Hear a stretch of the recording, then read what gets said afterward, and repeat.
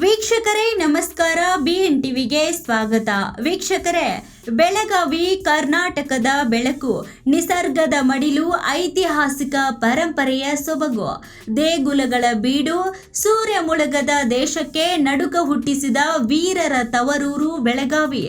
ರಮಣೀಯ ಸೊಬಗಿನ ತೋಳ ತೆಕ್ಕೆಯಲ್ಲಿರುವ ಜಿಲ್ಲೆ ಬೆಳಗಾವಿ ಕರುನಾಡಿನ ವೈಭವವನ್ನು ಮೆರೆದು ಸ್ವಾತಂತ್ರ್ಯ ಸಂಗ್ರಾಮದ ಕಿಚ್ಚನ್ನು ತೋರಿದ ವೀರರಾಣಿ ತಾಯಿ ಚೆನ್ನಮ್ಮನ ಹೆಮ್ಮೆಯ ನಾಡು ಬೆಳಗಾವಿ.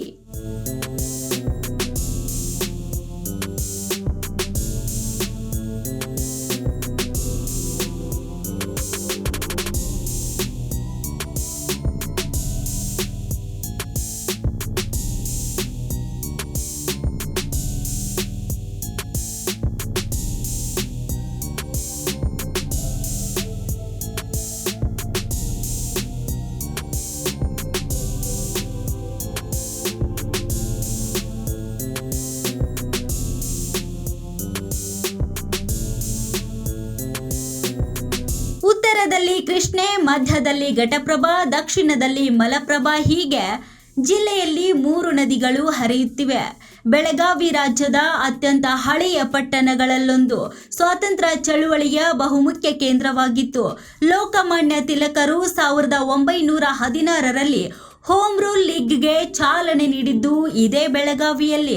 ರಾಜ್ಯದಲ್ಲಿ ನಡೆದ ಏಕೈಕ ಮತ್ತು ಮಹಾತ್ಮ ಗಾಂಧೀಜಿ ಅಧ್ಯಕ್ಷರಾಗಿದ್ದ ಕಾಂಗ್ರೆಸ್ ಅಧಿವೇಶನ ನಡೆದಿದ್ದು ಇದೇ ಬೆಳಗಾವಿಯಲ್ಲಿ.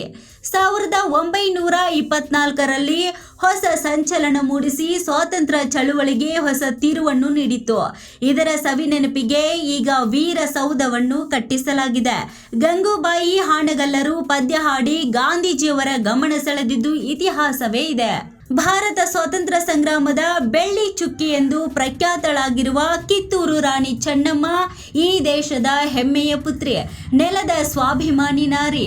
ಕಠೋರ ಸಂದರ್ಭ ಎದುರಾದರೆ ತೊಟ್ಟಿಲಿ ತೂಗುವ ಕೈ, ಓರೆಯೊಳಗಿನ ಕತ್ತಿ ಹಿರಿದು ರಣರಂಗಕ್ಕೆ ಧುಮುಕಿ ಹೋರಾಡಬಲ್ಲಳು ಎಂಬುದನ್ನು ಸೂರ್ಯ ಮುಳುಗದ ಸಾಮ್ರಾಜ್ಯ ಎಂದು ಕರೆಸಿಕೊಂಡಿದ್ದ ಧೀಮಂತ ಕನ್ನಡತಿ ರಾಣಿ ಚೆನ್ನಮ್ಮ. ಪ್ರಥಮ ಸ್ವಾತಂತ್ರ್ಯ ಹೋರಾಟ ಎಂದೇ ಬಿಂಬಿತವಾಗಿರುವ 1857ಕ್ಕಿಂತಲೂ 33 ವರ್ಷ ಮೊದಲೇ ನಾಡಿನ ಸ್ವಾಭಿಮಾನಕ್ಕಾಗಿ ರಣಕಹಳೆ ಊದಿದವಳು ಚೆನ್ನಮ್ಮ. ಕನ್ನಡದ ಪುಟ್ಟ ಸಂಸ್ಥಾನ ಹೊತ್ತಿಸಿದ ಕಿಡಿ ಮುಂದೆ ನಾಡಿನಗಲಕ್ಕೂ ಕೂಡ ಹಬ್ಬಿತು ಎಂಬುದು ಇತಿಹಾಸವೇ ಇದೆ. ಬೆಳಗಾವಿ ಗಂಡು ಮೆಟ್ಟಿದ ನಾಡು. ಈ ಮಣ್ಣಿನಲ್ಲಿ ಕಣ್ತೆರೆದು ಅದರ ಜವಾರಿ ಗುಣವನ್ನೆಲ್ಲ ತನ್ನೊಳಗೆ ಮಿಗಿಸಿಕೊಂಡು ಪರಕೀಯ ಆಂಗ್ಲರ ಕಣ್ಣು ಸದಾ ತನ್ನ ಮೇಲೆಯೇ ಇರುವಂತೆ ಬಾಳಿ ಬೆಳಗಿದ ವೀರ ಗಂಡುಗಲೇ ಸಂಗೊಳ್ಳಿ ರಾಯಣ್ಣ.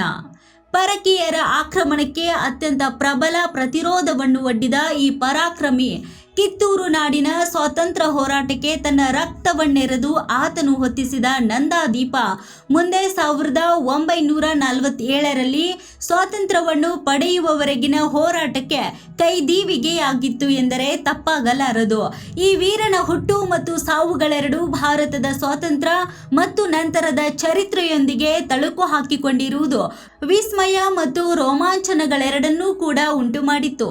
ಬೆಳವಡಿ ಮಲ್ಲಮ್ಮ, ಕಿತ್ತೂರು ರಾಣಿ ಚೆನ್ನಮ್ಮ, ಶೂರ ಸಂಗೊಳ್ಳಿ ರಾಯಣ್ಣ, ಬಿಚ್ಚುಗತ್ತಿ ಚೆನ್ನಪ್ಪ, ಇನ್ನು ಅನೇಕರು ಸ್ವಾತಂತ್ರ್ಯಕ್ಕಾಗಿ ಹೋರಾಡಿದವರ ಬಗ್ಗೆ ಜಿಲ್ಲೆಯ ವೀರಗಲ್ಲುಗಳು ಇತಿಹಾಸ ಸಾರಿ ಸಾರಿ ಹೇಳುತ್ತಿವೆ.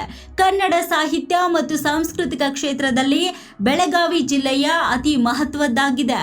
ಬೆಳಗಾವಿ ಚಂದ್ರಶೇಖರ್ ಕಂಬಾರರ ತವರೂರು. ತ್ಯಾಗವೀರ ಲಿಂಗರಾಜರು ಇವರೆಲ್ಲರೂ ಕೂಡ ಬೆಳಗಾವಿ ಜಿಲ್ಲೆಯವರೆಂದು ಹೇಳಲು ಹೆಮ್ಮೆ ಎನಿಸುತ್ತದೆ. ಬೆಳಗಾವಿ ಕಲೆ ಮತ್ತು ಸಂಸ್ಕೃತಿಯ ನೆಲವೀಡಾಗಿದೆ. ಕರ್ನಾಟಕವನ್ನು ಆಳಿದ ಮೊದಲ ಅಚ್ಚ ಕನ್ನಡ ಅರಸರಾದ ರಾಷ್ಟ್ರಕೂಟರ ಮೂಲ ಸ್ಥಾನವು, ತದನಂತರ ಬಂದ ದೇವಗಿರಿಯ ಯಾದವರು, ವಿಜಯನಗರದ ಅರಸರು, ಬಹುಮನಿ ಸುಲ್ತಾನರು, ಆದಿಲ್ ಶಾಹಿಗಳು, ಮರಾಠರು, ಹೀಗೆ ಒಬ್ಬರ ನಂತರ ಒಬ್ಬರ ಆಳ್ವಿಕೆಯ ನಡುವೆ ತೂರಾಡುತ್ತಿದ್ದರೂ ಬೆಳಗಾವಿ ತನ್ನದೇ ಆದ ವೈಶಿಷ್ಟ್ಯಗಳನ್ನು ಉಳಿಸಿಕೊಂಡು ಬಂದಿದೆ. ಇತಿಹಾಸದ ರಸ ನಿಮಿಷಗಳನ್ನು ಸಾರುವ ಬೆಳಗಾವಿ ಅತ್ಯಂತ ಸುಂದರ ನದಿ ಕಣಿವೆಗಳು, ಅದ್ಭುತವಾದಂತಹ ಗುಡ್ಡುಗಾಡುಗಳು, ರಮ್ಯವಾದ ಅರಣ್ಯ ಪ್ರದೇಶಗಳಿಂದ ಕೂಡಿ ನೋಡುಗಣ ಕಣ್ಮನವನ್ನು ಸೆಳೆಯುತ್ತವೆ. ಇಲ್ಲಿನ ನಿತ್ಯ ಹರಿದ್ವರ್ಣ ಕಾಡುಗಳು ಸೊಗಸನ್ನು ನೋಡಿಯೇ ತಣಿಯಬೇಕು. ಕರ್ನಾಟಕದ ವಾಯುವ್ಯ ದಿಕ್ಕಿನಲ್ಲಿ ಮಹಾರಾಷ್ಟ್ರ ರಾಜ್ಯದ ಗಡಿಗೆ ಹೊಂದಿಕೊಂಡಿರುವ ಬೆಳಗಾವಿ ಸಮೃದ್ಧವಾದಂತಹ ಪ್ರದೇಶವಾಗಿದೆ. ತಂಬಾಕು, ಹತ್ತಿ, ಕಬ್ಬು ಬೆಳೆಗಳು ಕಣಜದ ನಾಡು. ನೀರಿನ ಅನುಕೂಲವಿರುವುದರಿಂದಾಗಿ ಕಬ್ಬು ಅತಿ ಹೆಚ್ಚು ಬೆಳೆಯುವಂತಹ ಬೆಳೆಯಾಗಿದೆ.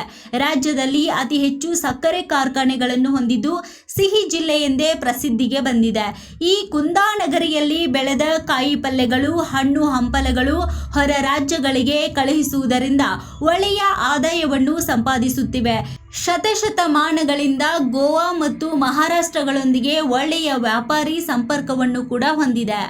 ಇನ್ನು ಈ ನಾಡಿನಲ್ಲಿ ಕನ್ನಡದ ಡಿಮ್ ಡಿಮ್ ಬಾರಿಸಲು ವಿಶ್ವ ಕನ್ನಡ ಸಮ್ಮೇಳನ, ಸಿಂಗಾರಗೊಂಡ ಕನಸಿನ ಲೋಕ, ನವ ಕರ್ನಾಟಕ ಭಾಗ್ಯಶಾಲಿ ಕನ್ನಡಿಗರು ಎದೆ ತಟ್ಟಿಕೊಂಡಂತೆ 5 ದಶಕಕ್ಕೂ ಉಕ್ಕಿದ ಕರ್ನಾಟಕದ ಸಾಧನೆ ವಿಶ್ವದೆತ್ತರಕ್ಕೆ ನಿಲುಕಿದೆ.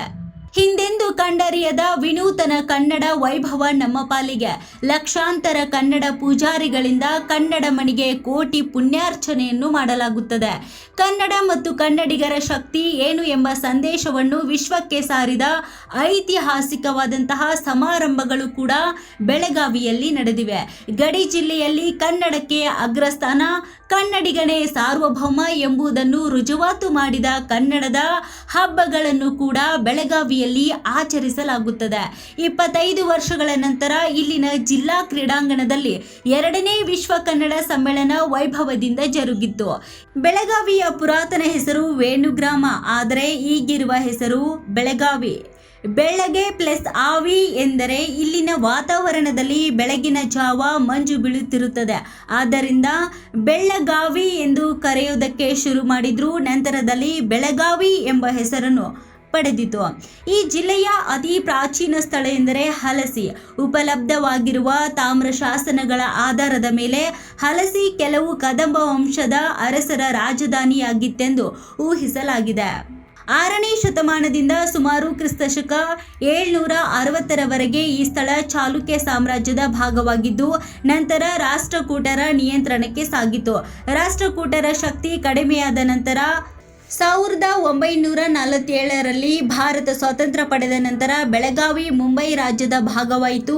ಆದರೆ 1956ರಲ್ಲಿ ನಡೆದ ರಾಜ್ಯಗಳ ಮರುವಿಂಗಡಣಾ ಕಾಯ್ದೆಯ ಪ್ರಕಾರ ಬೆಳಗಾವಿಯನ್ನು ಆಗಿನ ಮೈಸೂರು ರಾಜ್ಯಕ್ಕೆ ಸೇರಿಸಲಾಯಿತು. ನಂತರ 1972ರಲ್ಲಿ ಮೈಸೂರು ಕರ್ನಾಟಕ ರಾಜ್ಯವಾದ ನಂತರ ಬೆಳಗಾವಿ ಕರ್ನಾಟಕದ ಭಾಗವಾಗಿ ಮುಂದುವರಿಯಿತು. ಬೆಳಗಾವಿ ಉತ್ತರ ಕರ್ನಾಟಕದಲ್ಲಿ ಇರುವ ನಗರ ಮತ್ತು ಜಿಲ್ಲೆಯಾಗಿದೆ. ಕರ್ನಾಟಕದ ಅತಿ ದೊಡ್ಡ ಜಿಲ್ಲೆ ಹಾಗೂ ಪ್ರಮುಖ ನಗರಗಳಲ್ಲಿ ಒಂದಾಗಿದೆ. ಬೆಳಗಾವಿಯನ್ನು ನಾವು ಕುಂದಾನಗರಿ ಎಂದೇ ಕರೆಯುತ್ತೇವೆ. ಬೆಳಗಾವಿಯ ಕುಂದವನ್ನು ನಾವು ಒಮ್ಮೆಯಾದರೂ ತಿನ್ನಲೇಬೇಕು. ವೀಕ್ಷಕರೇ, ಮತ್ತಷ್ಟು ವಿಡಿಯೋಗಳಿಗಾಗಿ ಲೈಕ್ ಮಾಡಿ, ಶೇರ್ ಮಾಡಿ, ಸಬ್ಸ್ಕ್ರೈಬ್ ಮಾಡಿ. ನೋಡ್ತಾ ಇರಿ BN TV, ಇದು ನಿಮ್ಮ ಧ್ವನಿ.